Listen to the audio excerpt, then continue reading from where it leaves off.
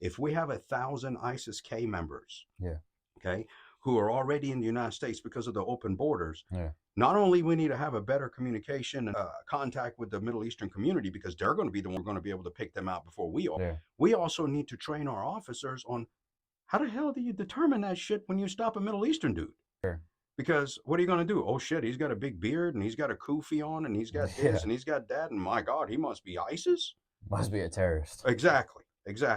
So that is where law enforcement today, and my hope is that people who are in power, which means they will start thinking ahead and Sure. start training to prevent these kind of things from happening. Because unlike a drug smuggler, unlike someone who's involved in theft or organized crime, these people, their crime happens once they have already deployed it, but the ideology still exists in them.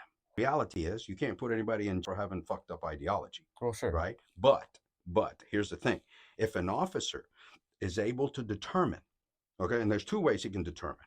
A member of the comes to him and says, hey, dude, something's going on here. We need somebody to watch him. That officer now passes that information to the authorities. When I say authorities, meaning people who are capable of start watching this guy because they have a legitimate concern from a community member.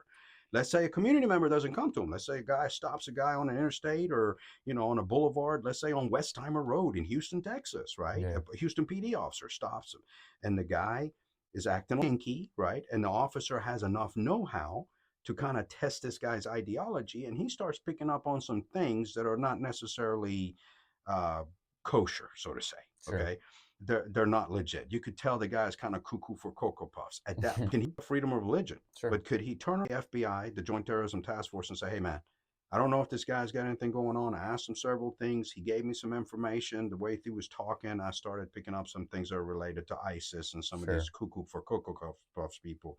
At least the Joint Terrorism Task Force now goes, wait a minute, this guy lives here? We didn't even know he's... So they'll start looking into it because you know what? They're the ones who are going to be able to take these leads and either confirm or deny that suspicion because they have the capability to look into it further.